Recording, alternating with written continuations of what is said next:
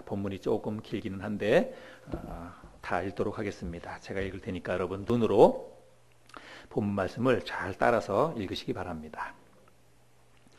그런즉 육신으로 우리 조상인 아브라함이 무엇을 얻었다 하리요? 만일 아브라함이 행위로서 의롭다 하심을 받았으면 자랑할 것이 있으려니와 하나님 앞에서는 없느니라.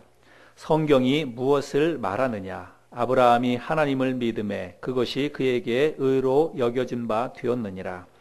일하는 자에게는 그 삭시 은혜로 여겨지지 아니하고 보수로 여겨지거니와 이를 아니할지라도 경건하지 아니한 자를 의롭다 하시는 이를 믿는 자에게는 그의 믿음을 의로 여기시나니 이란 것이 없이 하나님께 의로 여기심을 받는 사람의 복에 대하여 다윗이 말한 바 불법이 사함을 받고 죄가 가려짐을 받는 사람들은 복이 있고 주께서 그 죄를 인정하지 아니하실 사람은 복이 있도다 함과 같으니라. 그런즉 이 복이 할례자에게냐 또한 무할례자에게도냐? 무릇 우리가 말하기를 아브라함에게는 그 믿음이 의로 여겨졌다 하노라. 그런즉 그것이 어떻게 여겨졌느냐? 할례시냐 무할례시냐? 할례시가 아니요 무할례시니라. 그가 할례의 표를 받은 것은 무할례시에 믿음으로 된 의를 인친 것이니 이는 무할례자로서 믿는 모든 자의 조상이 되어 그들도 의로 여기심을 얻게 하려 하심이라. 또한 할례자의 조상이 되었나니 곧 할례 받을 자에게뿐 아니라 우리 조상 아브라함이 무할례시에 가졌던 믿음의 자치를 따르는 자들에게도 그러하니라. 아브라함이나 그 후손에게 세상의 상속자가 되리라고 하신 언약은 율법으로 말미암은 것이 아니요 오직 믿음의 의로 말미암은 것이니라. 만일 율법에 속한 자들이 상속자이면 믿음은 헛것이 되고 약속은 파기 되었느니라.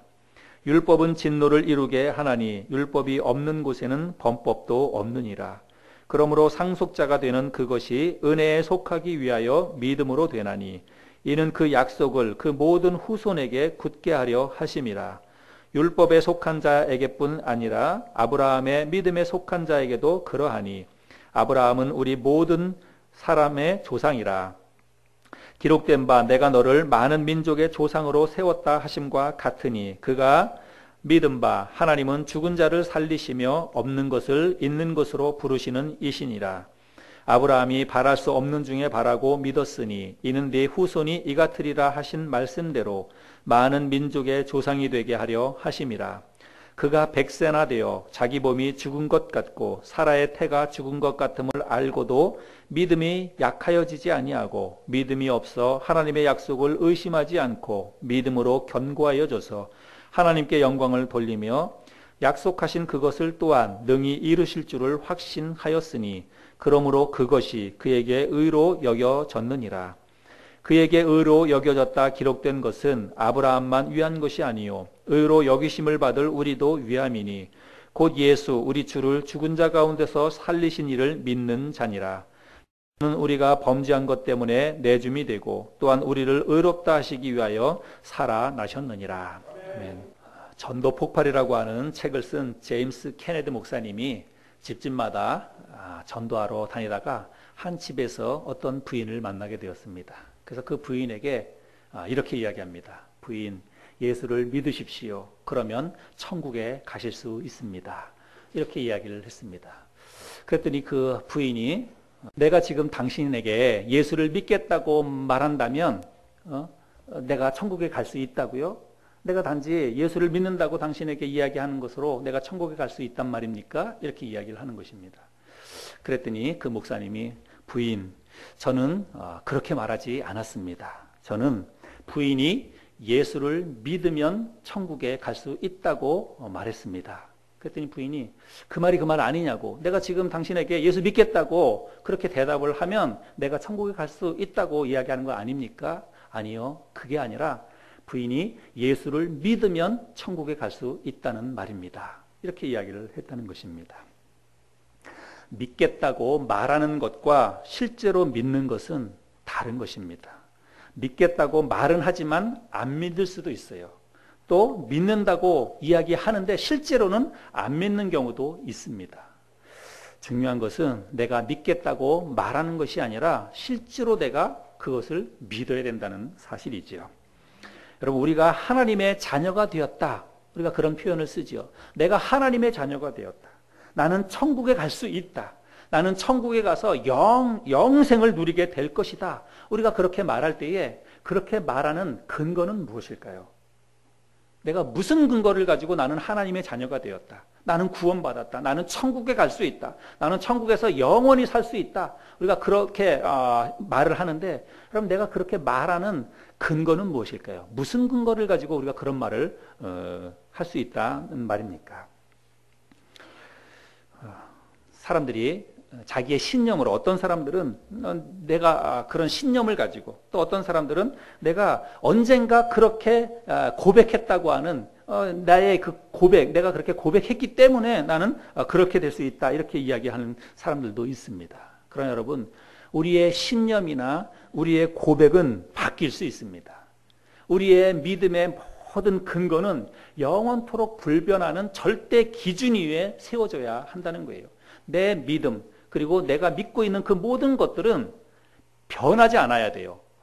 시간이 흐르고 환경이 달라져도 절대로 변하지 않는 그 근거 위에 내 믿음이 서야 된다라고 하는 것입니다. 오늘 우리가 함께 읽었던 이 본문 말씀 3절에 보면 성경이 무엇을 말하느냐라고 하는 말씀이 있습니다. 오늘 이 본문 말씀은 지난주에 나눠봤던 3장 말씀과 내용이 연결되는 말씀입니다. 사도 바울은 3장에서 무슨 얘기를 했냐면, 사람이 의롭게 되는 것은 율법의 행위로 말미암는 것이 아니라 오직 믿음으로 말미암는 것이다. 이런 내용을 3장에서 이야기했습니다. 근데 이제 사도 바울은 사람이 의롭게 되는 것, 하나님 앞에 의롭게 되는 것이 율법의 행위가 아니라 믿음으로 말미암는다라고 이야기했는데, 그것에 대한 증거를 이제 대는 거예요. 성경에서 그것에 대한 증거를 사도 바울이 이제 구체적인 증거를 가져와서 이 유대인들에게 그 증거를 제시하는 것입니다. 그래서 여기 3절에 성경이 무엇을 말하느냐, 이 말은 어떤 의미냐면, 사람이 의롭게 되는 것에 대해서 성경이 무엇을 말하느냐, 이 말이에요. 계속해서 지금 사람이 의롭게 되는 것에 대해서 로마서 1장부터 3장까지 쭉 지금 설명을 하고 있는데, 사도 바울이 그렇게 말하는 것에 대해서 성경적인 근거가 뭐냐? 자기 스스로 그렇게 이야기하면서 성경적인 근거를 제시하고 있다, 이런 말씀입니다. 바울이 증거 자료로 제시하는 것은 아브라함에 대한 예입니다. 성경에서 아브라함에 대해서 뭐라고 이야기했는지 그 기록된 그 성경을 사도 바울이 지금 가지고 오는 것입니다. 그런데 사도 바울이 다른 여러 가지 예도 있었겠지만 특별히 아브라함에 대한 예를 그 성경에서 찾아서 설명하는 그 의도가 있어요. 다분히 의도적으로 사도 바울은 아브라함에 대한 이야기를 꺼내게 됩니다. 왜 그런가 하면, 여러분, 유대인들은 잘못된 믿음과, 두 가지 잘못된 믿음과 지식을 가지고 있었습니다. 어떤 거냐면, 그들은 혈통으로 의롭게 될 수 있다, 이런 생각을 하나 가지고 있었어요. 우리는 아브라함의 후손이기 때문에 우리는 하나님의 백성이다. 그래서 우리는 의롭고 우리는 하나님 앞에 갈 수 있다, 이런 생각을 가지고 있었다는 거예요. 하나는 혈통, 또 하나는 율법으로 말미암아 우리는 의로워질 수 있다. 모세로부터 받았던 그 율법을 지킴으로 말미암아 우리는 의로워질 수 있다, 이 생각을 가지고 있었다는 것입니다. 그런데 우리가 지난번 3장을 말씀을 나눴듯이 율법을 지키는 것을 통해서는 절대로 의로워질 수 있는 사람이 없다라고 하는 것들을 사도 바울이 이미 설파를 했습니다. 근데 이제 4장에 와서는 의도적으로 그들이 철석같이 믿고 있었던 그들의 믿음의 조상이라고 하는 아브라함의 예를 들면서 아브라함이 어떻게 해서 하나님 앞에 의롭다함을 얻었는지 그거를 이제 설명을 하는 것입니다. 그거를 설명하는 이유는 뭐예요? 그들이 가지고 있었던 잘못된 믿음, 잘못된 지식, 이 두 가지를 그들에게 설명하기 위해서, 그것을 바로잡아 주기 위해서 의도적으로 아브라함에 대한 이야기를 사도 바울이 꺼내고 있다는 말씀입니다.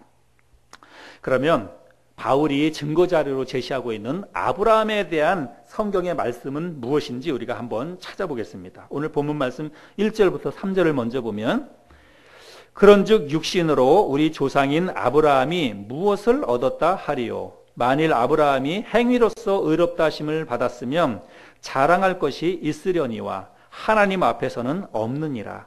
성경이 무엇을 말하느냐? 아브라함이 하나님을 믿음에 그것이 그에게 의로 여겨진 바 되었느니라. 여러분, 아브라함이 하나님 앞에서 의롭다 하심을 얻은 것은 무엇 때문이에요? 믿음 때문입니다. 행위가 아니라 믿음 때문이라고 이야기합니다. 그런데 이 말씀에 아브라함이 하나님을 믿음에 그것이 그에게 의로 여겨졌다, 이렇게 말씀하고 있는데, 여기에 아브라함이 하나님을 믿었다, 이 말이 무슨 뜻인지 우리가 그거를 이제 이해를 해야 됩니다. 단지 아브라함이 하나님의 존재, 하나님의 살아계신 그것을 믿었다는 그런 의미는 아니에요.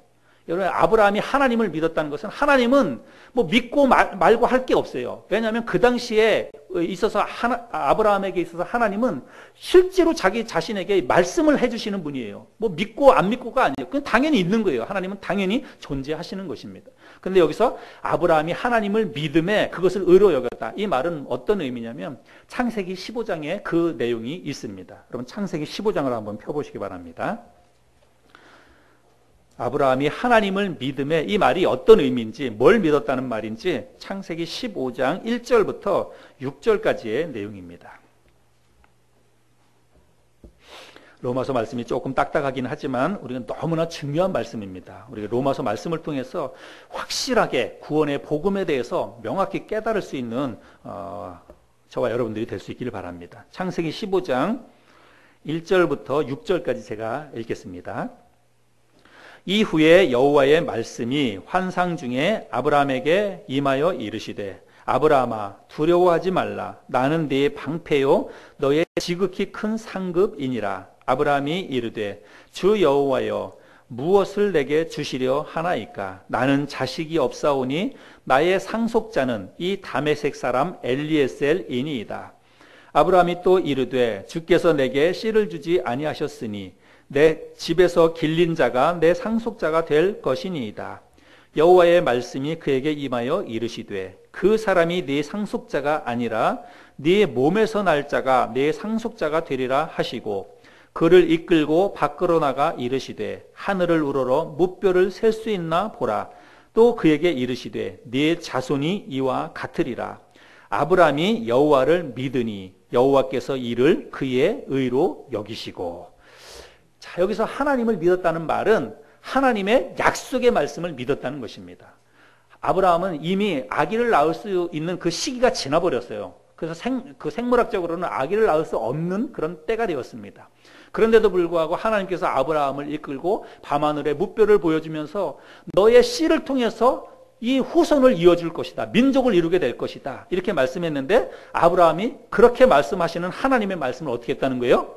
믿었다는 것입니다. 그 말씀을 믿었을 때 하나님께서 그것을 의로 여기셨다라고 말씀하고 있습니다. 그 내용에 대해서 사도 바울이 이제 창세기 15장에 있는 말씀을 인용해가지고 이 유대인들에게 설명을 하는 것입니다. 오늘 우리가 읽었던 본문 말씀에 18절부터 22절까지 말씀을 보겠습니다. 로마서 4장 18절부터 22절. 아브라함이 바랄 수 없는 중에 바라고 믿었으니 이는 내 후손이 이같으리라 하신 말씀대로 많은 민족의 조상이 되게 하려 하심이라. 그가 100세나 되어 자기 몸이 죽은 것 같고 사라의 태가 죽은 것 같음을 알고도 믿음이 약하여지지 아니하고 믿음이 없어 하나님의 약속을 의심하지 않고 믿음으로 견고하여져서 하나님께 영광을 돌리며 약속하신 그것을 또한 능히 이루실 줄을 확신하였으니 그러므로 그것이 그에게 의로 여겨졌느니라.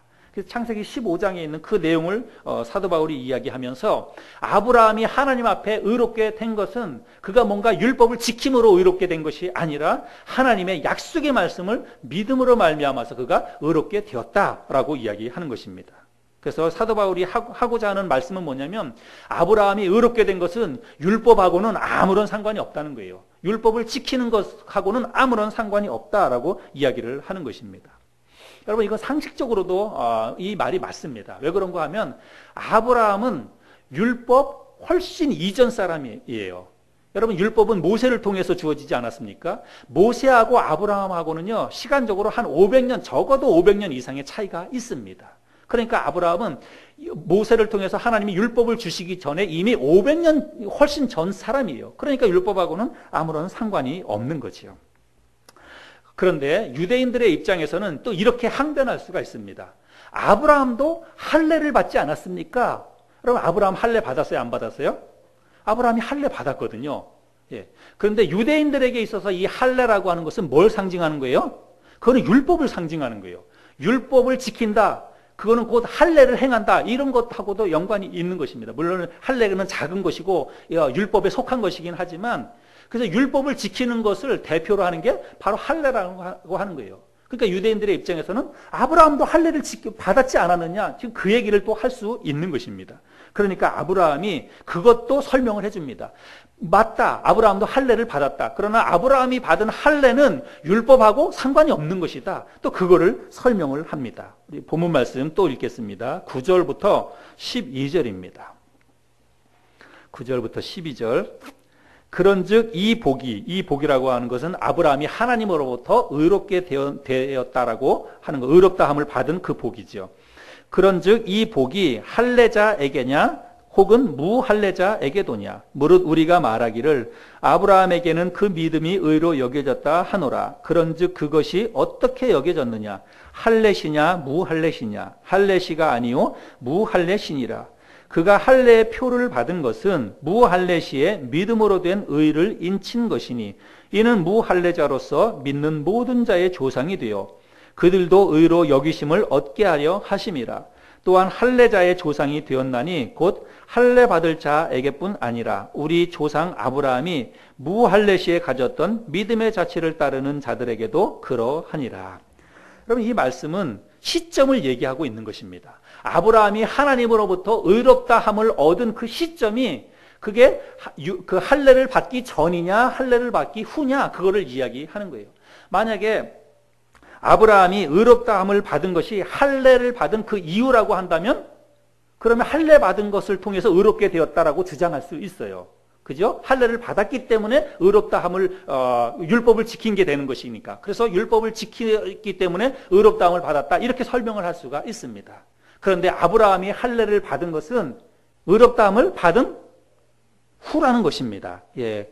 아브라함이 하나님으로부터 의롭다함을 받은 것은 창세기 15장 사건이에요. 그런데 아브라함이 할례를 받은 것은 창세기 17장에 가서 할례를 받습니다. 이미 하나님으로부터 의롭다함을 받은 이후에 할례를 그가 받았다는 것입니다. 그러니까 할례하고 의롭다함을 받는 거하고는 상관이 없는 거예요. 이미 의롭다함을 받은 후에 할례를 받았다라고 이야기하는 것입니다. 그래서 결국 아브라함이 의롭다 하심을 얻은 것은 할례와도 상관없고 할례와 상관이 없는 것은 율법과도 상관이 없다라고 하는 것입니다. 사도 바울이 이거를 성경을 통해서 지금 유대인들에게 입증을 시켜주고 있는 것이지요. 그러면서 사도 바울이 4절, 5절 말씀해 보면 일하는 자와 삭세 대한 이야기를 합니다. 일하는 자와 삭세 대한 이야기를 하는 것은 예를 들어서 설명하는 거예요. 그래서 그들에게 그 확신을 더 심어주기 위해서 지금 이제 이런 이야기를 꺼냅니다.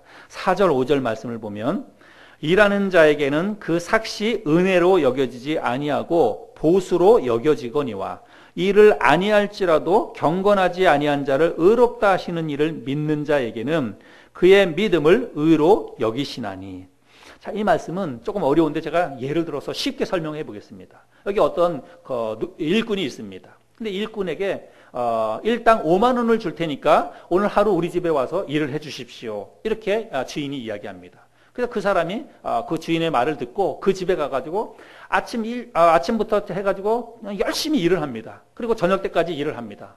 약속한 시간까지 열심히 일을 해서 저녁 때가 되어서 주인으로부터 일당 5만 원을 받습니다. 그러면 그 사람에게 있어서 5만 원은 여러분 어떤 거예요? 자기가 열심히 일한 거에 대한 대가예요. 열심히 일한 거에 대한 보수로, 삭스로 받는 것입니다. 물론 받을 때 감사합니다 라고 받겠지만 실제로 그는 받을 것을 받은 거예요. 자기가 일을 한 거에 대한 보수로 받는 것입니다. 감사합니다 하겠지만은 뭐 실제로 감사하지 않아도 사실은 그거는 상관이 없는 것입니다. 그런데 가만히 보니까 주인이 자기 문 밖에, 대문 밖에 어떤 허름하게 생긴 사람이 와가지고 허기진 배를 움켜쥐고 그 앞에서 대문 밖에 있는 것입니다. 근데 주인의 입장에서 보니까 그 사람이 너무 불쌍해요. 그 사람에게도 식솔이 있을 테고, 그런데 집에 돌아가서 식솔들에게 먹을 것을 가져가서 식솔들을 나눠주고 밥을 먹어야 되는데 이 사람이 너무 불쌍해 보이는 것입니다. 그래서 주인이 뭐라고 얘기하냐면 그 사람에게 이야기하면서 안으로 들어오세요. 내가 당신에게도 5만 원을 줄 테니까 가지고 가서 당신들 식솔들을 가서 먹여 살리십시오. 주인이 이렇게 이야기하는 것입니다. 그러니까 그 사람이 그 주인의 말을 듣고 대문 안으로 들어갔어요. 그랬더니 어떻게 합니까? 진짜로 5만 원을 주는 거예요. 그래서 그 사람이 그 5만 원을 받아서 갔습니다. 이 사람에게 있어서 이 5만 원은 여러분 어떤 의미입니까? 이거는 은혜예요. 자기가 일을 하지 않았습니다. 아무것도 한 게 없어요. 그냥 불쌍히 여겨서 주인이 그 사람에게 준 것입니다. 그래서 그것이 너무나 감사하게 받은 것입니다. 여러분, 이 이야기를 통해서 사도 바울이 지금 뭘 설명하려고 하냐면 율법과 믿음에 대해서 지금 설명을 하는 것입니다. 여러분, 이 일하는 자와 삭세에 대한 이야기를 통해서 여러분 율법이 무엇인지 믿음이 무엇인지를 여러분 정확하게 여러분 깨달으시기를 바랍니다. 율법이라고 하는 것은 한마디로 정의를 하자면 율법은요, 거래입니다. 거래. 여러분 따라해 보세요. 거래.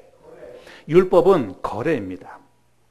율법은 일한 것에 대한 대가로 받는 삭, 이게 그 율법이에요. 그래서 성경 말씀에 하나님께서 이스라엘 백성들에게 그렇게 말씀하셨어요. 율법을 지켜라.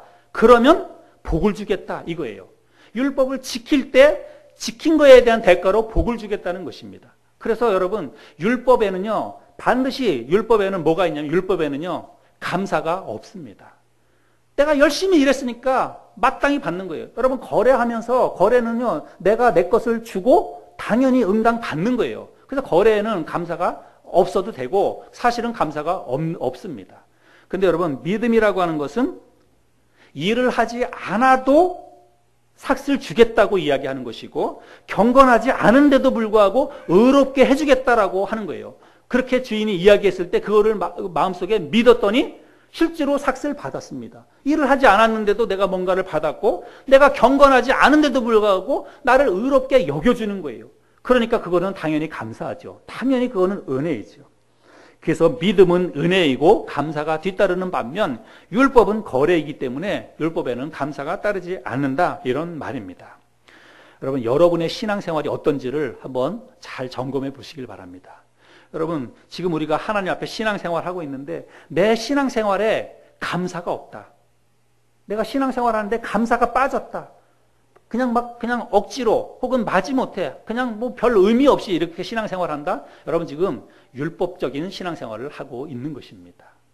정말 내가 믿음으로 신앙생활하고 있다면 날마다 기쁘고 날마다 감사해야 돼요. 정말 내가 하나님으로부터 받은 그 은혜가 있기 때문에 그 은혜를 생각할 때마다 기쁘고 은혜를 생각할 때마다 감사한 것입니다. 그런데 내가 만약에 그런 내 신앙생활에 감사가 없다라고 하는 것은 나는 지금 하나님하고 자꾸 거래하는 거예요.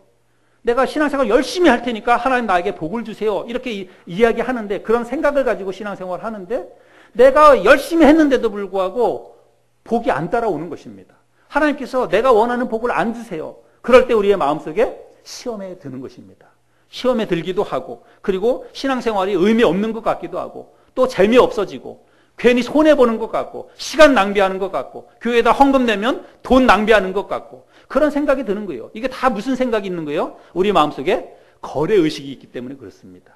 내가 하나님 앞에 이만큼 하면 하나님도 이만큼 주겠지라고 생각했는데 내가 원하는 게 안 오니까 실망스럽고, 그러다 보니까 시험에 들기도 하고, 괜히 나만 손해보는 것 같고, 신앙생활할 때. 여러분, 이런 건 다 율법적인 신앙생활입니다. 우리의 신앙생활을 여러분 한번 잘 점검해 볼 수 있기를 바랍니다.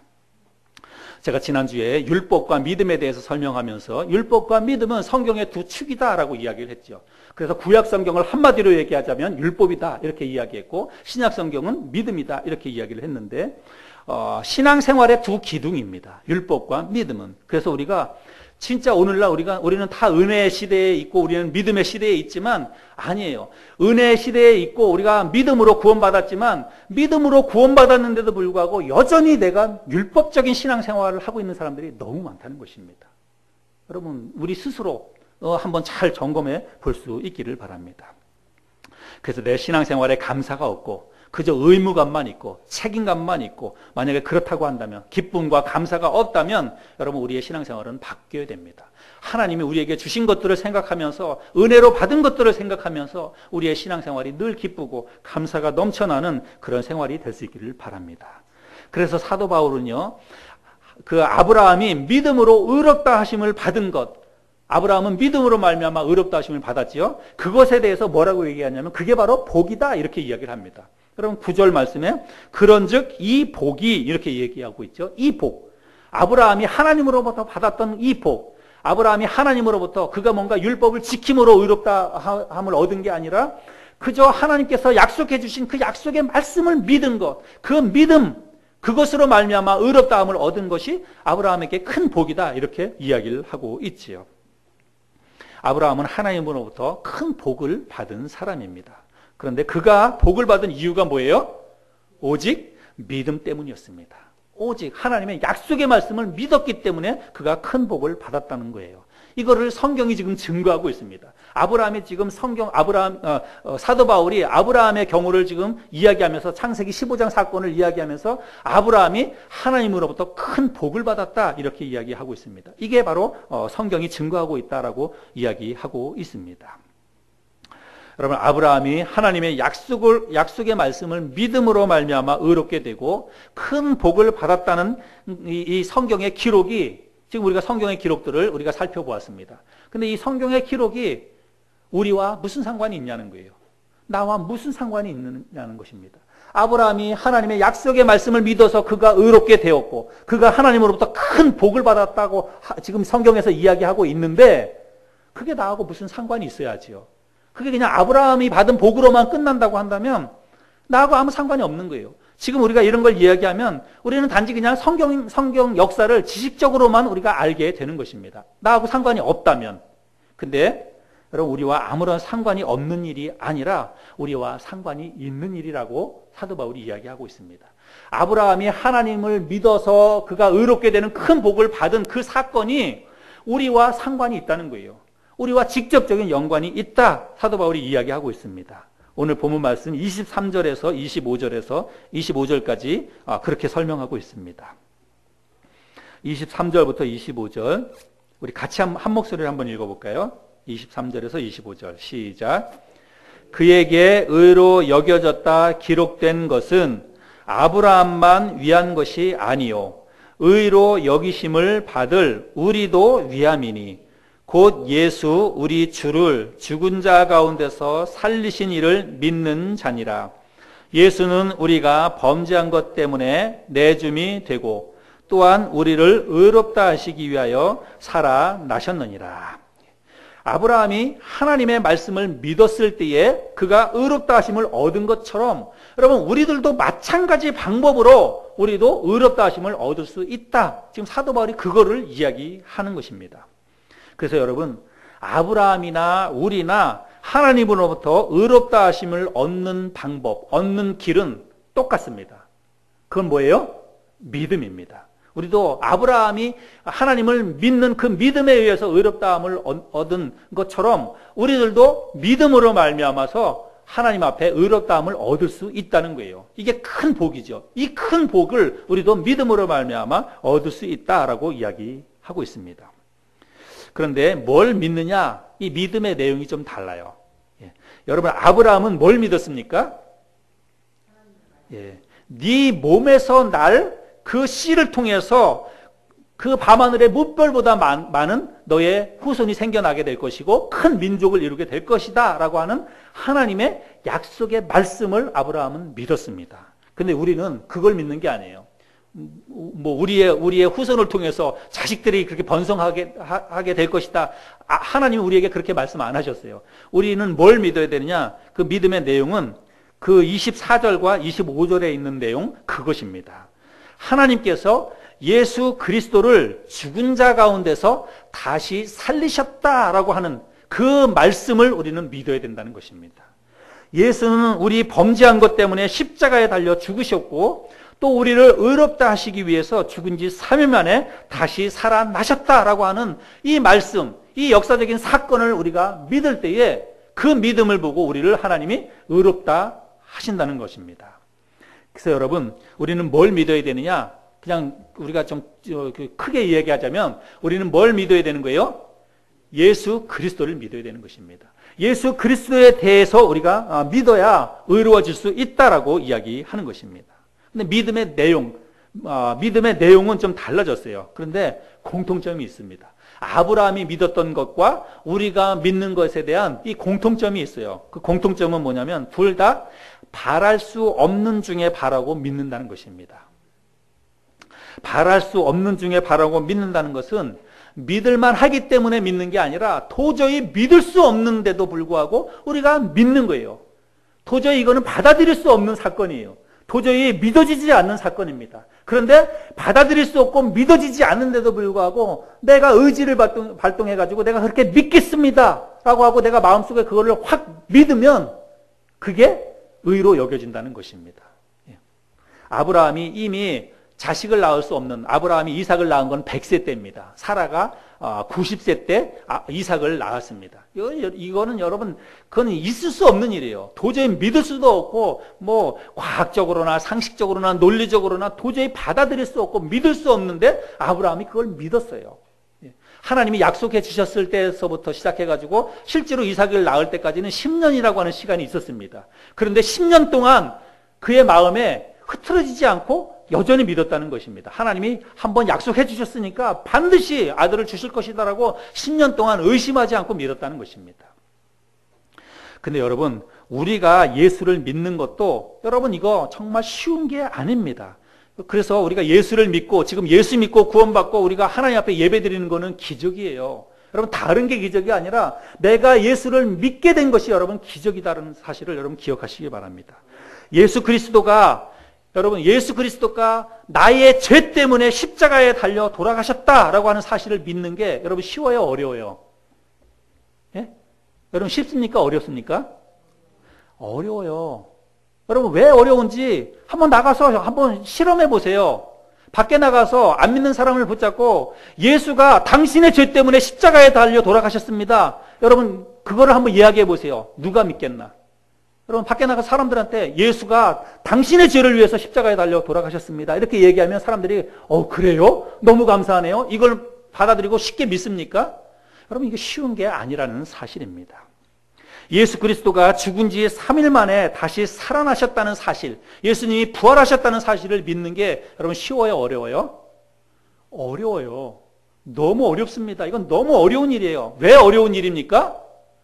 그게 있을 수 없는 일이기 때문에 어려운 거예요. 예수님이 죽었는데 3일 만에 다시 살아났다. 여러분 이건 있을 수 있는 일이 아닙니다. 있을 수 있는 일이 아니기 때문에 그거를 믿는 게 어려워요. 그러나 그거를 믿을 때 하나님께서 그 믿음을 보고 우리를 의롭게 여겨 주신다고 말씀하셨어요. 이게 성경의 약속이고 하나님의 약속의 말씀이에요. 우리는 뭘 믿어야 되냐면 하나님의 약속의 말씀을 믿는 거예요. 그 약속의 말씀을 믿을 때 하나님이 우리를 의롭게 여겨주신다라고 말씀하는 것입니다. 여러분 제가 앞부분에 설명드렸는데요. 하나님이 우리를 의롭게 여겨주시는 게 뭐예요? 그게 어떤 의미입니까? 우리가 하나님 앞에 의롭게 되었다. 하나님이 우리를 의롭다 하셨다. 이 말이 무슨 뜻이에요? 하나님과 관계가 회복되었다는 것입니다. 에덴 동산에서부터 추방되어서 하나님을 우리가 볼 수도 없고 하나님 앞에 가까이 갈 수도 없었는데 하나님이 우리를 의롭게 여겨주셨다. 이 말은 뭐냐면 우리가 다시 관계가 회복되어서 하나님 앞에 갈 수 있게 되었다는 말씀입니다. 하나님을 아버지라고 부를 수 있게 되었다는 말이에요. 하나님이 계시는 천국에 갈 수 있게 되었다는 말씀입니다. 하나님이 계시는 천국에서 영원토록 죽지 않고 영생을 누리게 되었다는 그런 말이에요. 의롭게 되었다는 말이 바로 그런 의미입니다. 그런데 이 모든 것이 정말로 있을 수 없는 기적과도 같은 이 일이 내가 하나님의 아들이 되었다. 내가 하나님이 계시는 그 영광스러운 천국에 가게 되었다. 그런데 이 모든 기적과도 같은 사실이 무엇 때문에 이루어졌다고요? 단지 믿음 때문에 그렇게 되었다는 사실입니다. 믿음으로 말미암아 이렇게 주어지게 되었다. 여러분 이거는 쉬운 일이 아니라고 하는 것입니다. 그러나 여러분 이게 성경의 말씀입니다. 하나님의 약속의 말씀이에요. 그리고 성경은 수도 없이 이거를 증거하고 있습니다. 그렇게 해서 우리가 의롭게 된다. 네가 예수 그리스도를 믿음으로 말미암아 의롭게 된다라고 하는 것들을 성경에서 수도 없이 증거 자료가 성경에 기록되어져 있습니다. 그래서 여러분, 사도 바울이 유대인들에게 아브라함이 율법을 지킴으로 말미암아 의롭게 된 것이 아니라 아브라함이 하나님의 약속의 말씀을 믿음으로 말미암아서 의롭게 되었다라고 하는 것을 사도 바울이 증거 자료를 제시해 줬잖아요. 유대인들에게 증거 자료를, 창세기에 있는 말씀을 인용하면서 증거 자료를 제시해 주었습니다. 마찬가지로 여러분, 우리들도 증거 자료를 제시할 수 있어야 돼요. 그리고 내 스스로가 증거 자료를 찾아야 됩니다. 어디에서 찾아야 됩니까? 성경에서.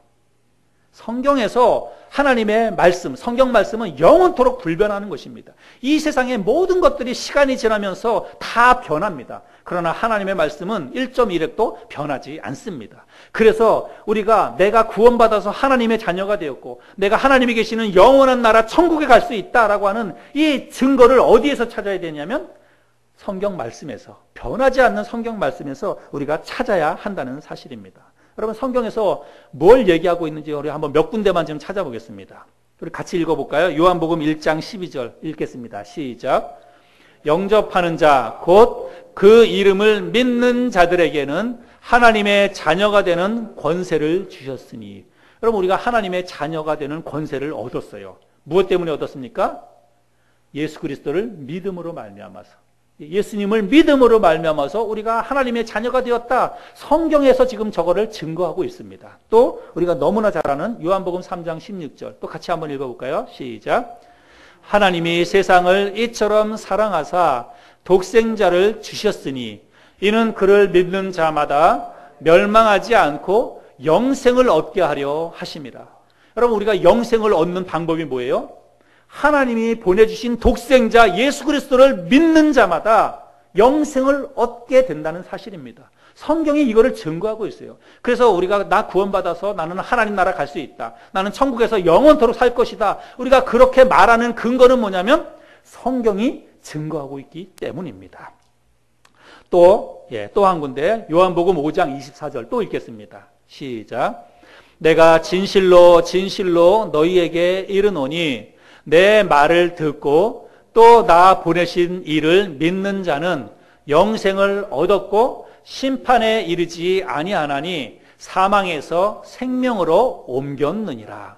구원에 대해서 우리의 구원을 확실하게 보장해 주는 말씀 아닙니까? 내가 예수 그리스도를 믿었을 때 우리는 이미 영생을 얻었어요. 앞으로 영생을 얻는 게 아니라 이미 우리는 영생을 얻은 사람들입니다. 하나님의 심판에 들어가지 않습니다.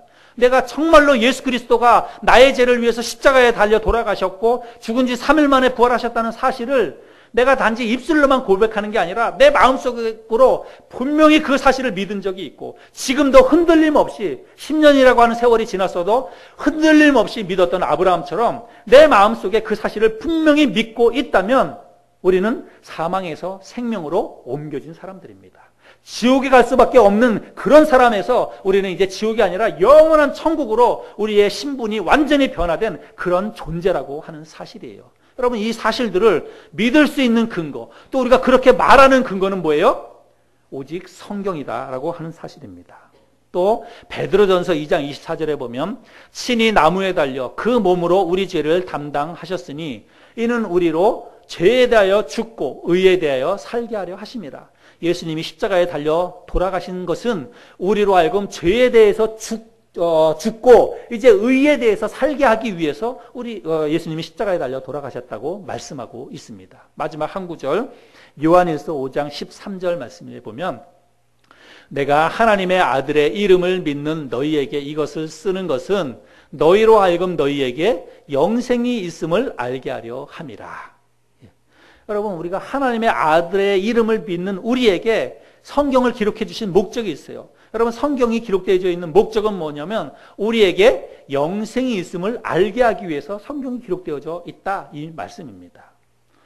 여러분, 지금까지 우리가 말씀드린 것처럼 우리가 의롭게 되는 것은 오직 믿음으로 말미암아서 의롭게 되는 것입니다. 예수 그리스도에 관한 모든 거예요. 우리가 믿는 그 믿음의 내용은 뭐냐면 예수 그리스도에 관한 것입니다. 예수님이 동정녀 탄생하셨고 이 땅에 오셔서 그분이 어떠한 삶을 살았는지, 또 그분이 어떤 말씀을 하셨는지, 그분이 또 어떻게 약속해 주셨는지, 그래서 예수님에 관한 그 모든 성경에 기록되어 있는 모든 말씀을 우리가 가감없이 다 믿을 때에 우리는 의로워지는 것입니다. 특별히 축약해가지고 뭘 믿어야 되느냐? 예수님이 십자가 위에서 나의 죄를 위해서 죽으시고 죽은 지 3일 만에 다시 부활하셨다는 이것을 우리가 마음속에 믿을 때에 우리는 의로워지게 되는 것입니다. 여러분, 우리가 하나님 앞에서 뭘 해서 의로워지는 게 아닙니다. 내가 신앙생활 열심히 해서 하나님 앞에 의로워지는 게 아닙니다. 신앙생활 열심히 해서 천국 가는 게 아니고 우리는 단지 예수 그리스도께서 나의 죄를 위해서 십자가에 달려 돌아가셨고 죽은 지 3일 만에 부활하셨다는 이 성경의 기록, 성경의 말씀을 우리가 마음속에 믿고 받아들일 때 우리는 하나님의 자녀가 되는 것이고 우리는 의로워지는 것입니다. 그런데 여러분, 한 가지 기억해야 될 것은 단지 내가 믿는다고 말하는 것이 중요한 것이 아니라 실제로 내 마음속에 그렇게 믿어야 된다는 거예요. 여러분, 지금 여러분의 마음을 한번 들여다 보시기를 바랍니다. 나는 정말로 예수님이 내 죄를 위해서 십자가에 돌아가셨다고 나는 지금 믿고 있는지, 그리고 예수님이 진짜로 죽은 지 3일 만에 부활하셨다라고 그렇게 이야기하고 그렇게 교회에서 가르치고 우리가 내가 그렇게 알고 있는데 나는 진짜로 그렇게 믿고 있는지, 예수님이 진짜로 죽은 지 3일 만에 부활하셨다고 내가 정말로 그렇게 믿고 있는지, 여러분, 우리 스스로 내 자신의 마음을 한번 들여다 보시기를 바랍니다. 진짜로 내가 그렇게 믿고 있다면 우리는 하나님께서 나의 그 믿음을 보시고 나를 의롭게 여겨 주시는 거예요. 이것에 대해서 여러분 의심을 갖지 마세요. 내가 천국에 갈 수 있을까? 내가 어떻게 천국에 가? 내가 죄가 많은데, 내가 그렇게 열심히 살지 못하는데. 여러분, 이건 다 율법적인 생각이에요. 내가 뭘 해가지고 천국 가겠다고 하는 생각입니다. 아니에요. 우리의 구원이라고 하는 것은 단지 믿음입니다. 오직 예수 그리스도의 십자가의 죽으심과 부활하심에 대한 믿음, 그 믿음을 보시고 하나님이 우리를 의롭게 여겨 주시는 것입니다. 아브라함의 경우를 여러분 명확하게 여러분 기억하세요. 잊지 마세요. 아브라함이 하나님 앞에 의롭다 하심을 얻었을 때에 그가 한 게 아무것도 없어요. 그냥 하나님께서 너의 씨를 통해서 수없이 많은 후사를 이루어 주겠다고 하신 그 말씀 하나 믿은 것, 그것이 아브라함이 의롭게 되는 그 순간이었다는 사실입니다. 우리도 마찬가지예요. 우리가 예수님에 관한 그 모든 것을 바로 마음속에 믿는 그 순간에 하나님이 우리를 의롭게 여겨 주신다는 말씀입니다. 여러분, 우리의 구원의 확신, 나는 구원받았습니다. 나는 하나님의 자녀가 되었습니다. 나는 지금 죽어도 천국 갈 수 있습니다. 여러분, 우리가 이렇게 말하는 근거는 무엇이어야 합니까? 내 감정이 아니에요. 내 기분이 아닙니다. 기분에 따라서, 감정에 따라서, 혹은 뭐 어떤 종교적인 열심, 내가 신앙생활 열심히 하고 기도 열심히 하고 성령의 충만함이 있을 때는 천국 가는 게 의심이 안 드는데, 그렇게 하지 못할 때, 신앙생활 잘 못하고 시들시들할 때는 내가 이러다가 내가 천국 못 가는 거 아닐까? 여러분, 이건 다 감정이에요. 다 기분입니다. 우리의 구원의 확신, 구원의 근거는 오직 뭐예요? 성경이 무엇을 말하느냐입니다. 성경 말씀의 근거를 둬야 돼요. 그래서 여러분, 기분에 따라서 그 어떤 신앙생활이 이렇게 왔다 갔다 해서는 안 됩니다. 그럴 때마다 우리는 항상 성경으로 돌아가서 성경이 무엇을 말하느냐, 여러분 이렇게 질문하고, 그래서 그 성경을 통해서 여러분 구원에 대한 확신을 가지시기를 바랍니다. 여러분, 구원에 관계된 것뿐만이 아니에요.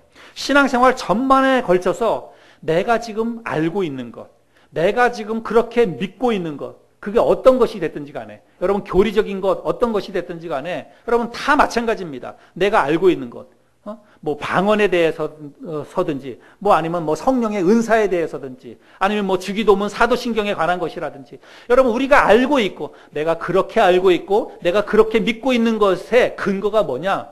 사람들이 그렇게 얘기하더라, 교회에서 그렇게 이야기하더라, 아니에요. 성경이 무엇을 말하느냐, 그것에 대해서 성경이 어떻게 말하느냐, 그게 근거가 돼야 된다는 사실입니다. 그게 근거가 되지 않을 때 우리의 신앙생활은 흔들릴 수밖에 없습니다. 사람들의 말이 아니에요. 사람들의 경험이 아닙니다. 교회의 전통이나 그 교회의 신조가 아니라 단지 성경이 무엇을 말하느냐, 그것이 우리의 믿음의 근거가 되어야 된다는 사실입니다.